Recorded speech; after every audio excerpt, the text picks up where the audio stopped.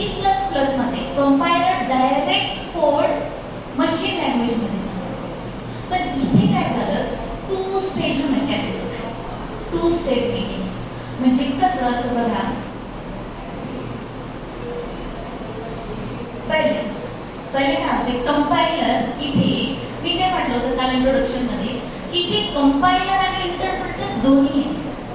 तर जेव्हीएम कोणाचं काम करतो, ऍज अ रोल करतो इंटरप्रेटर. मग आता बघा, तर कंपायलर पहिले जी आपली सोर्स कोड असतो, सोर्स कोड मीन्स काय, प्रोग्रामलाच काय म्हटलं जातं, सोर्स कोड. कधीही लक्षात घ्या जेव्हा सोर्स कोड म्हटलं जाईल म्हणजे आपला प्रोग्राम. तर सोर्स कोडला पहिले कन्वर्ट करतो क्लास फाईल मध्ये, कोण, कंपायलर. आणि